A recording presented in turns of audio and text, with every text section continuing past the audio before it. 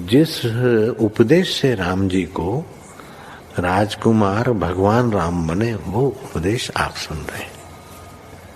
कितना ऊंचा ग्रंथ है। इसको वाल्मीकि रामायण भी बोलते, योग वशिष्ठ महारामायण भी बोलते। राम तीर्थ ने इसी का बार बार अध्ययन किया था।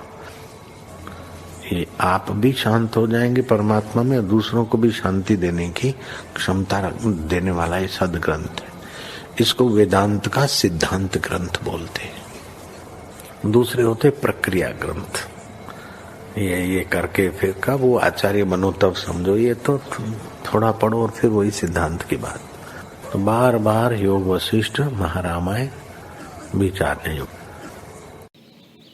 ओम श्री सद्गुरु परमात्मने नमः।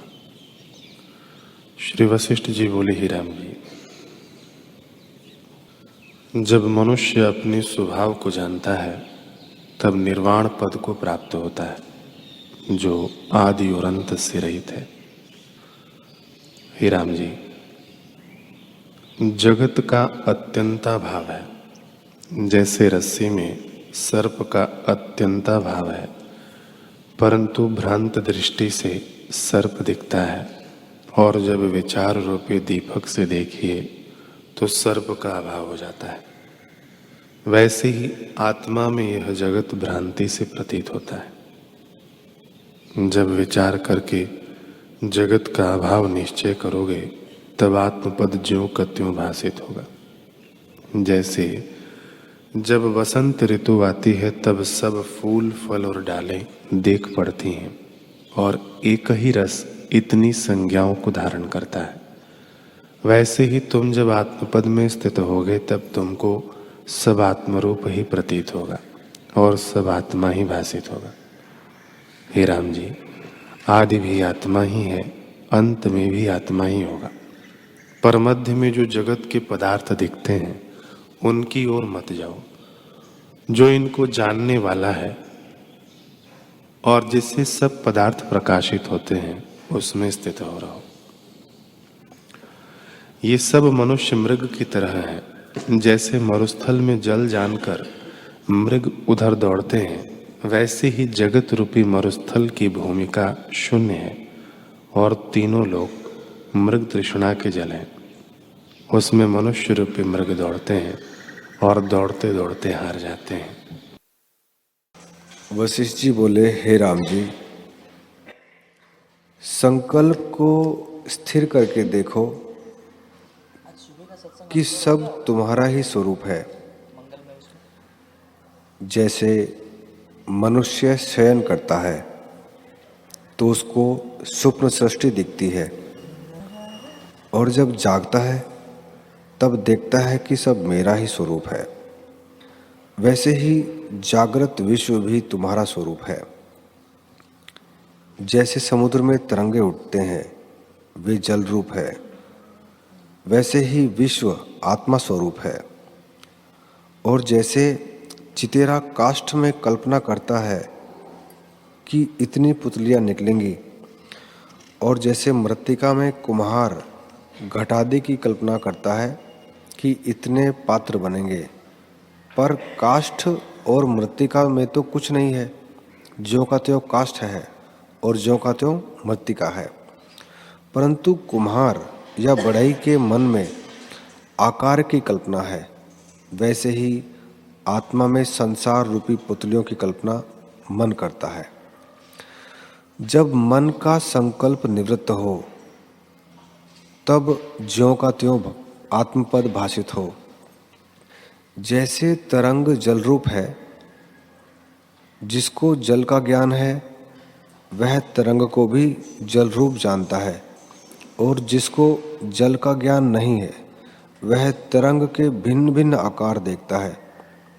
वैसे ही जब निसंकल्प होकर स्वरूप को देखें तब जगत फुरने में भी आत्मसत्ता भाषित होगी। श्री वशिष्ठ जी बोले, हे राम जी, आदि भी आत्मा ही है और अंत में भी आत्मा ही होगा। पर मध्य में जो जगत के पदार्थ दिखते हैं उनकी ओर मत जाओ। जो इनको जानने वाला है और जिससे सब पदार्थ प्रकाशित होते हैं उसमें स्थित हो रहो।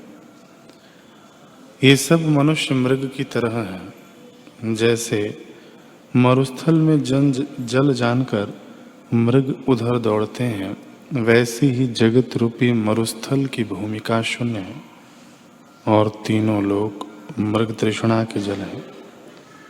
उनमें मनुष्य रूपी मृग दौड़ते हैं और दौड़ते दौड़ते हार जाते हैं, कभी शांति नहीं पाते, क्योंकि जगत के सब पदार्थ असत्य हैं। हे राम जी, रूप और अवलोक और मनस्कार सब मृग तृष्णा के जल हैं। इनको जो सत्य जानता है वह मूर्ख है। यह जगत गंधर्व नगर की तरह मिथ्या है। तुम जाग कर देखो, इसको सत्य जानकर क्यों तृष्णा करते हो। इसको सत्य जानकर तृष्णा करना ही बंधन है। हे राम जी, तुम आत्मा हो, इसकी इच्छा से बंधन में क्यों पड़ते हो। जैसे सिंह पिंजड़े में आकर दीन होता है, पर बल करके जब पिंजड़े को तोड़ डालता है तब बड़े वन में जाकर निवास करता और निर्भय होता है, वैसे ही तुम भी वासना रूपी पिंजड़े को तोड़कर आत्मपद में स्थित हो, जो सबका अधिष्ठान और सबसे उत्कृष्ट है। जब तुम उस पद को प्राप्त होगे तब इस संसार की वासना नष्ट होकर आनंद होगा और तुम निर्वाण पद को प्राप्त होकर शांत होगे।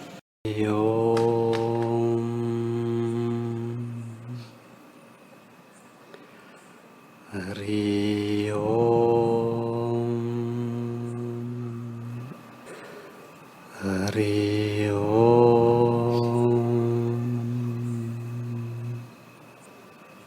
ओम श्री सद्गुरु परमात्मा ने नमः। श्री योग वशिष्ठ महारामायण उपशम प्रकरण। श्री वशिष्ठ जी बोले, हे राम जी, संसार रूपी समुद्र में राग द्वेष रूपी बड़े कलोल उठते हैं और उसमें वे पुरुष बहते हैं जो मन को मूढ़ जड़ रूप नहीं जानते। उनको जो आत्मफल है सो नहीं प्राप्त होता। यह विचार और विवेक की वाणी मैंने तुमसे कही है, सो तुम सरीखों के योग्य है। जिन मूढ़ जड़ों को मन के जीतने की सामर्थ्य नहीं है, उनको यह नहीं शोभती और वे इन वचनों को ग्रहण नहीं कर सकते। उनको कहने से क्या प्रयोजन है। जैसे जन्म के अंधे को सुंदर मंजरी का बन दिखाइए तो वह निष्फल होता है, क्योंकि वह देख नहीं सकता। तैसे ही विवेक वाणी का उपदेश करना उनका निष्फल होता है। जो मन को जीत नहीं सकते और इंद्रियों से लोलुप है, उनको आत्मबोध का उपदेश करना कुछ कार्य नहीं करता। जैसे कुष्ठ से जिसका शरीर गल गया है, उसको नाना प्रकार की सुगंध का उपचार सुखदायक नहीं होता, तैसे ही मूढ़ को आत्म उपदेशक बोध सुखदायक नहीं होता। जिसकी इंद्रियां व्याकुल और विपर्ययक है और जो मदिरा से उन्मत्त है, उसको धर्म के निर्णय में साक्षी करना कोई प्रमाण नहीं करता। ऐसा कुबुद्धि कौन है जो शमशान में शव की मूर्ति पाकर उससे चर्चा, विचार और प्रश्नोत्तर करे। अपने हृदय रूपी बाबी में मूक जड़ सर्पवत मन स्थित है। जो उसको निकाल डाले वह पुरुष है, और जो उसको जीत नहीं सकता उस दुर्बुद्धि को उपदेश करना व्यर्थ है। हे राम जी, मन महातुच्छ है। जो वस्तु कुछ नहीं उसके जीतने में कठिनता नहीं। जैसे स्वप्न नगर निकट होता है और चिर पर्यंत भी स्थित है, पर जानकर देखिए तो कुछ नहीं। तैसे ही मन को जो विचार कर देखिए तो कुछ नहीं। जिस पुरुष ने अपने मन को नहीं जीता वह दुर्बुद्धि है और अमृत को त्याग कर विषपान करता है और मर जाता है। जो ज्ञानी है वह सदा आत्मा ही देखता है। इंद्रियां अपने अपने धर्म में विचरती है। प्राण की स्पंद शक्ति है और परमात्मा की ज्ञान शक्ति है। इंद्रियों की अपनी शक्ति है। फिर जीव किससे बंधेमान होता है? वास्तव में सर्वशक्ति सर्वात्मा है, उससे कुछ भिन्न नहीं।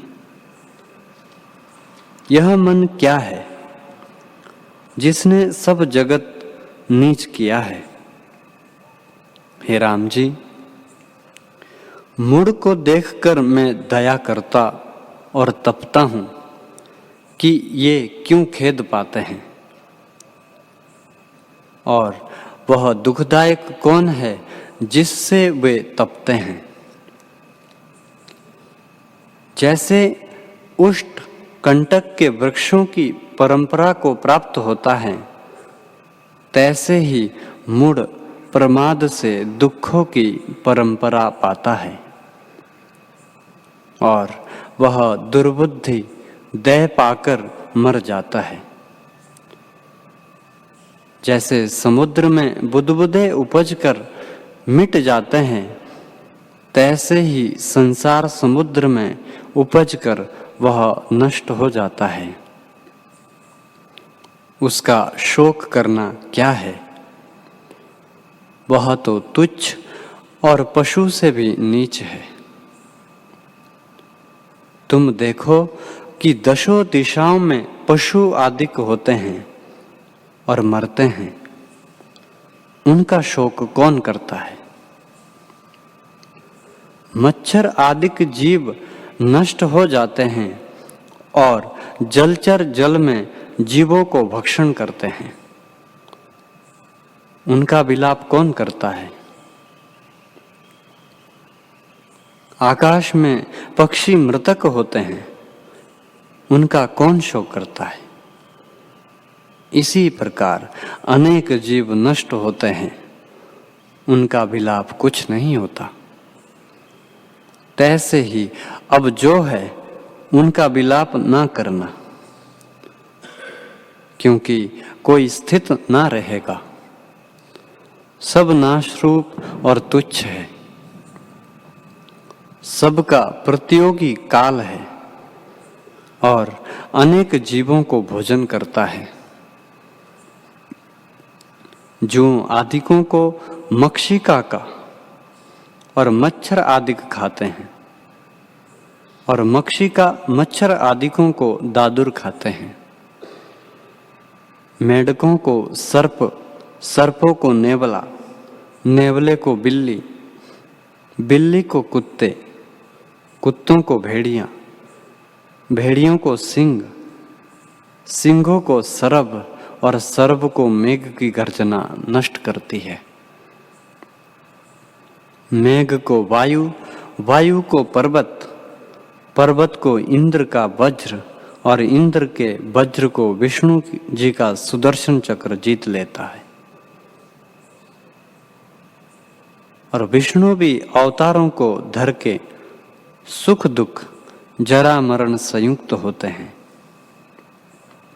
इसी प्रकार निरंतर भूत जाति को काल जीर्ण करता है। परस्पर जीव जीवों को खाते हैं और निरंतर नाना प्रकार के भूत जात दशों दिशाओं में उपजते हैं।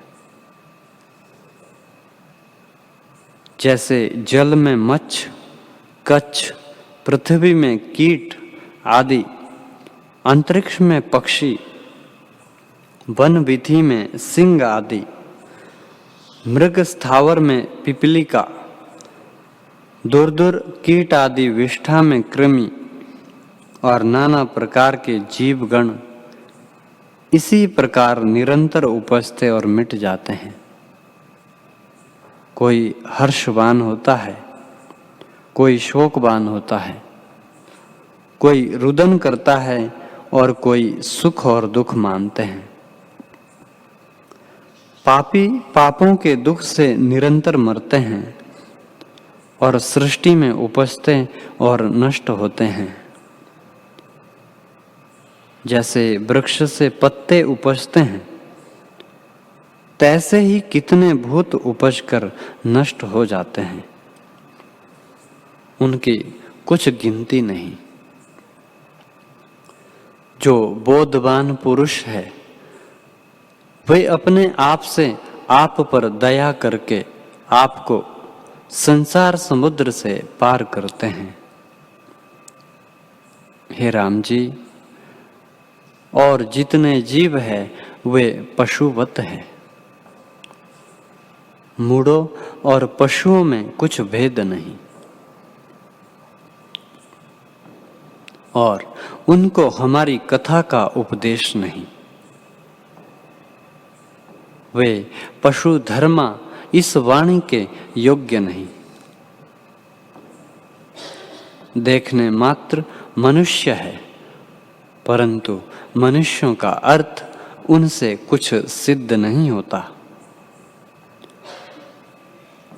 जैसे उजाड़ वन में ठूंठ, वृक्ष, छाया और फल से रहित किसी को विश्रामदायक नहीं होते, तैसे ही मूढ़ जीवों से कुछ अर्थ सिद्ध नहीं होता। जैसे गले में रस्सी डालकर पशु को जहां खींचते हैं वहां चले जाते हैं, तैसे ही जहां चित्त खींचता है वे वहीं चले जाते हैं। मूढ़ जीव पशुवत विषय रूपी कीच में फंसे हैं और उससे बड़ी आपदा को प्राप्त होते हैं। उन मूढ़ों को आपदा में देख के पाषाण भी रुदन करते हैं। जिन मूर्खों ने अपने चित्त को नहीं जीता, उनको दुखों के समूह प्राप्त होते हैं और जिन्होंने चित्त को बंधन से निकाला है वे संपदावान हैं। उनके सब दुख मिट जाते हैं और वे संसार में फिर नहीं जन्मते। इससे अपने चित्त के जीते बिना दुख नष्ट नहीं होते। जो चित्त जीतने में परम सुख न प्राप्त होता, तो बुद्धिमान इसमें ना प्रवर्तते, पर बुद्धिमान इसके जीतने में प्रवर्तते हैं। इससे जानिए कि चित्त भी वश होता है और मन रूपी भ्रम के नष्ट हुए आत्म सुख प्राप्त होता है। हे राम जी, मन भी कुछ है नहीं, मिथ्या भ्रम से कल्पित है। जैसे बालक को अपनी परछाई में बेताल बुद्धि होती है और उससे वह भयवान होता है, तैसे ही भ्रम रूप मन से जीव नष्ट होते हैं। जब तक आत्म सत्ता का विस्मरण है तब तक मूढ़ता है और हृदय में मन रूप सर्प विराजता है। जब अपना विवेक रूपी गरुड़ उदय हो तब वे नष्ट हो जाते हैं। अब तुम जगे हो और ज्यों का त्यों जानते हो। हे शत्रुनाशक राम जी, अपने ही संकल्प से चित्त बढ़ता है, इसलिए उस संकल्प का शीघ्र ही त्याग करो, तब चित्त शांत होगा। जो तुम दृश्य का आश्रय करोगे तो बंधन होगा और अहंकार आदिक दृश्य का त्याग करोगे तो मोक्षवान होगे।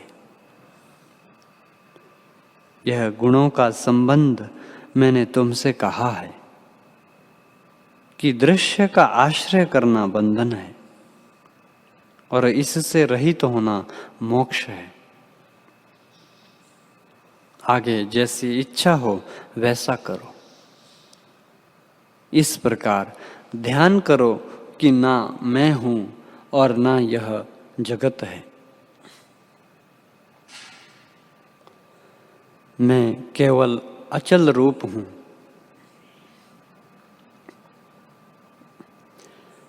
ऐसे निसंकल्प होने से आनंद चिदाकाश हृदय में प्रकाशेगा। आत्मा और जगत में जो विभाग कलना आ उदय हुई है वही मल है। इस द्वैत भाव के त्याग किए से जो शेष रहेगा उसमें स्थित हो। आत्मा और जगत में अंतर क्या है? दृष्टा और दृश्य के अंतर जो दर्शन और अनुभव सत्ता है, सर्वदा उसी की भावना करो और स्वाद और अस्वाद लेने वाले का त्याग कर उनके मध्य जो स्वाद रूप है उसमें स्थिर हो। वही आत्म तत्व है, उसमें तन्मय हो जाओ। अनुभव जो दृष्टा और दृश्य है उसके मध्य में जो निरालंब साक्षी रूप आत्मा है उसी में स्थित हो जाओ। हे राम जी, संसार भाव अभाव रूप है, उसकी भावना को त्याग करो और भाव रूप आत्मा की भावना करो। वही अपना स्वरूप है। प्रपंच दृश्य को त्याग किए से जो वस्तु अपना स्वरूप है वही रहेगा। जो परमानंद स्वरूप है, चित्त भाव को प्राप्त होना अनंत दुख है और चित्त रूपी संकल्प ही बंधन है। उस बंधन को अपने स्वरूप के ज्ञान युक्त बल से काटो, तब मुक्ति होगी। जब आत्मा को त्याग कर जगत में गिरता है तब नाना प्रकार संकल्प विकल्प दुखों को प्राप्त होता है। जब तुम आत्मा को भिन्न जानोगे तब मन दुख के समूह संयुक्त प्रकट होगा और व्यतिरेक भावना त्यागने से सब मन के दुख नष्ट हो जाएंगे। यह सर्व आत्मा है, आत्मा से कुछ भिन्न नहीं। जब यह ज्ञान उदय हो तब चैत्य, चित्त और चेतना तीनों का अभाव हो जाएगा। मैं आत्मा नहीं जीव हूं, इसी कल्पना का नाम चित्त है। इससे अनेक दुख प्राप्त होते हैं। जब यह निश्चय हुआ कि मैं आत्मा हूं, जीव नहीं, वह सत्य है, कुछ भिन्न नहीं, इसी का नाम चित्त उपशम है। जब यह निश्चय हुआ कि सब आत्म तत्व है,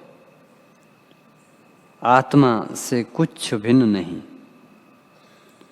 तब चित्त शांत हो जाता है। इसमें कुछ संशय नहीं।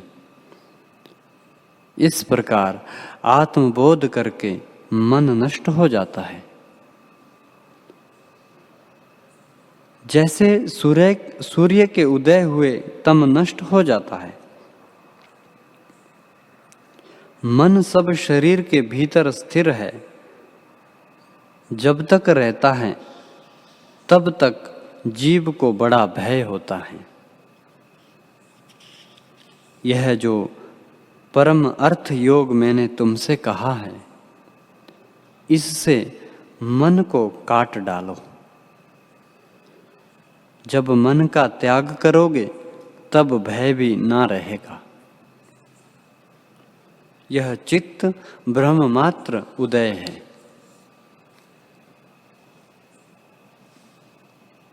चित्त रूपी वैताल का सम्यक ज्ञान रूपी मंत्र से अभाव हो जाता है। हे बलवानों में श्रेष्ठ निष्पाप राम जी, जब तुम्हारे हृदय रूपी गृह में चित्त रूपी वैताल निकल जावेगा, तब तुम दुखों से रहित और स्थित होंगे,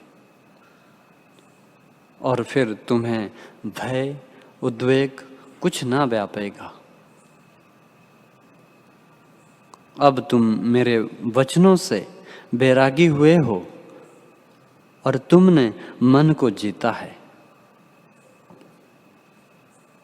इस विचार विवेक से चित्त नष्ट और शांत हो जाता है और निर्दुख आत्मपद को प्राप्त होता है। सब ऐषणा को त्याग करके शांत रूप स्थित हो।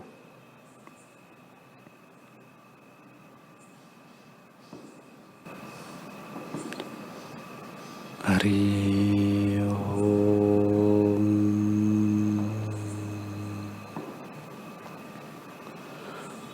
ओम सहनावतु सहना भुनक्तु सह वीर्यं करवावहै तेजस्विनामधीतमस्तु मा विद्विषावहै। ओम शांति शांति शांति। श्री सद्गुरुदेव भगवान की जय।